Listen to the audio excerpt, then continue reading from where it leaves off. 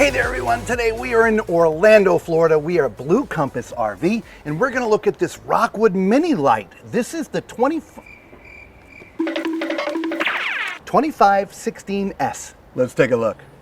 I just want to give a special thanks to Blue Compass RV, especially Cindy, Terry, Cody, and Scott. Thank you for having us. Now normally we start up front with the upfront storage, but as you can see, there is none. You do have electric stabilization jacks. They're not manual and they're not automatic, but you just press this button right here and they go down. If you look up, you have an awning that covers, well, the entire side of the RV. There are two entrances, as you can see, which you've got your step above steps, dual axle. This is a tiny travel trailer. I mean, it's right at the edge of what I would call tiny travel. It's like 25 feet, all right? Around the back, pre-wired for Furrion backup camera, ladder mounted full time, and you have your spare tire mounted here on the back for easy access, and it's got this nice cover on it. As we come around to the side, you do have some storage right here where you can put things, all right? Your power, your water, a little shower connection here. Oh, and that's locked. I think that's access to the refrigerator. Anyway, it's all right here, okay? Your sewer connection is right there. Lisa's showing it to you, so it's easily accessible. And you do have some more storage right there, as well as a little compartment right here. All right, let's take a look at the numbers, Lisa. Sure. This has a gross vehicle weight of 7,778 pounds and a cargo carrying capacity of 1,526 pounds. Wow.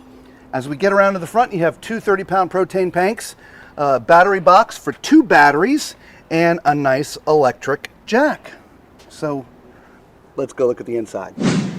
So this has got a really unique design. I think this would be a great first-time couples trailer for somebody who's looking for something small, okay?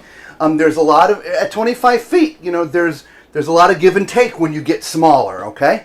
Like here's your living room and your dining room.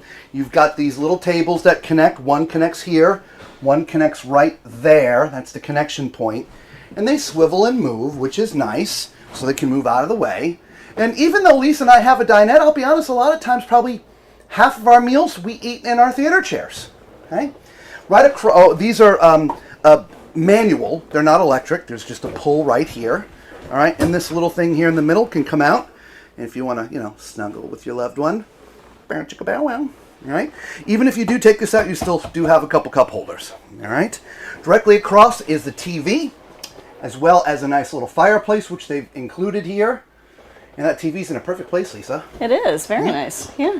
And then over here to the left is the kitchen. So it's sort of a front kitchen, which is why there's no front storage. It's actually a really big kitchen. Yeah. Yeah, look at all this countertop space you have. These are solid surface too. They are. Yeah, I was totally surprised by that. Yeah. So you do have a large single basin sink with a tall faucet. Love the windows here. Right. And again, tons of countertop space. We've got a microwave here, a 3-burner stove, and an oven. Nice. Again, plenty of countertops, cabinetry. So there's plenty of storage underneath here. And you've got some drawers over here. And a pantry here. Nice. Yeah. Plus the... By the way, open up that bottom one again. You know that little storage that I was showing from the outside? That could actually be for a small garbage can. Oh, you sure so you could take do it that. from the outside if you wanted. Yeah, you could. Right. Love that. And then we do have our refrigerator freezer here. Yep. It's a 12 volt. Yep. Very nice. Absolutely. You do have a little bit of storage underneath. Lisa was about to show that too. Above. Above. Sorry, above. Yes. Right. And that goes all the way through. And there's a little cubby up there. Oh, and there's plenty of power too. There is. Yeah. There's also this cabinet right here. Oh, I forgot about that. The shelves are removable, so if you want to hang coats up there, you can, or you can use it for other things. And these are solid shelves, guys. Okay? Excuse me, everybody. So this is sort of a mid-bath. And, well, behind the door is, well, you know what time it is. It's time for Tallman's Toilet Test. If you're seeing our videos for the very first time, note that I'm 6'4", so use my height as reference as we're walking around the RV. Also, if you don't mind, we invite you to subscribe to our channel. Hit that thumbs up, become part of the Tall Man Clan. It costs you absolutely nothing, and it really does help out the channel, and Lisa and I would sincerely appreciate it. Okay, this is a porcelain foot flush toilet, and as you can see from my legroom, well, there is no issues at all whatsoever with this toilet, okay? And there's plenty of shoulder, so if you're a little on the taller, fluffy side, thumbs up. Now, the only thing that I have to say is the door for the other half. As you can see where I'm sitting, the toilet's back here. So with the door open, you can't get to the toilet, but not for nothing, I'm going to close the door when I'm on the toilet anyway. I would hope so. But I just wanted to point that out, okay? Behind the toilet is your cabinet for all your linens, for your towels and things. Wow, that's a lot of space back there, too. You don't even have to roll the towels. No. You can fold them. Yeah. All right. You have a nice countertop space in here, which is, it's not solid surface like the rest of it, okay? Nice sink, some storage underneath, all right? Nice. And then you have your medicine cabinet, which I can only see from my chin down. There's plenty of room for the meds up there, but, you know, it wouldn't be nice if they raised it up a little bit. Yeah, I would agree. Now, my least favorite thing is the corner shower. All right. Before I crawl in, this does have the shower miser system. If you're unfamiliar with that is, if you're running on tank water, if you're not hooked up to the city and you only have the water that you have in your tank, if you flip this, what it does is it recirculates the water until it gets hot, so you're not wasting any water. Then you just flip it again, and then the tank goes, or the water goes into the gray tank, which is great. All right, so as you can see, I'm in the bubble, which is fine. In fact, I could be every bit of, let's go 6'7" max, okay? Maybe 6'8". Corner showers are all about the same. They're going to be a little bit tight. If you've ever been in an old school cruise ship shower, that's what it's going to feel like, okay? Now, mind you, you're in here for 5, 6, 7 minutes, so it's not a huge thing, but the corner shower is not my favorite thing. There is a few shelves in here. They also put this little bag in here so you can put other things in there. The shower head itself is in a pretty decent place. I have to stay in the bubble, okay? Also, the screws are not recessed, so you're going to want to make sure you don't hit your head on any of those if you're tall like me. All right, moving into the master.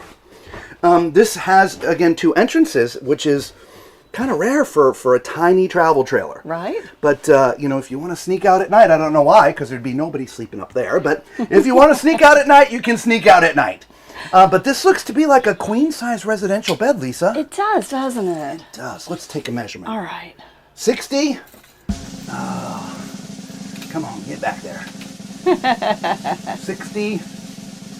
Ooh, 60 by 80. Beautiful. Residential queen mattress. I love that. Now, because it is a residential queen mattress in this space, you don't have what I would call regular nightstands. They've put these little triangular shaped wedges there. I don't know how y'all feel about that. Personally, not my favorite because my head's going to be up there, but there is that there. However, if you have a CPAP, it could go right there and there's power for it. There is power on the other side right next to the door there. Right there, Lisa. And so if you needed to put a CPAP on both sides, the other one would have to go on the ground. Okay? Nice leather headboard. There's some storage cabinets above. And let's lift this up here. Do we have storage? Oh, we do. We do plenty of storage. Yeah. And this connects to the storage on the outside. Okay? By the way, that's the other table for your theater chairs. Very nice. It looks like you can reach those by drawers. Yeah, nice. absolutely. I But like you can that. also get underneath. You can. I love that. Okay. Ooh, wow. So if you turn around, let me put this up. You have this huge closet, right? All glass. So if you're dressing and you want to take a look at yourself, obviously, you can see. Nice hanging. And it goes all the way through. Very nice. And you have 2 big drawers down here and another cabinet door there. Very nice. All right. So yeah, let us know what you think of this design on this tiny travel trailer. Again, it's right at the edge of tiny. Typically I go anything around 24 feet and under I call tiny travel trailer. This is 25 feet. In fact, I'm sure we put up the map, the floor plan, if you will, when we started, but there it is right there, right? It's, well, 25 feet 11 inches, so it's 26 feet. So I guess we can't classify this as a tiny travel trailer, but it does feel that way even though you have everything. Most travel trailers this size you're gonna miss something, like the bed is a Murphy bed or something, right? Yes. To get everything in there, but they've laid this out one quite nicely. And so. actually, look you've got all this floor space too. Yeah, This is awesome. Yeah. Let us know what you think down there in the comments. All right. And until we see you again on the road or somewhere else, be safe.